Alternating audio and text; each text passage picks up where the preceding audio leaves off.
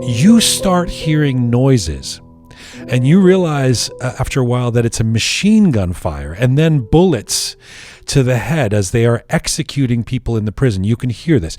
And you start counting, along with some of the other women in jail with you, the number of shots you hear in order to know how many executions there have been each day.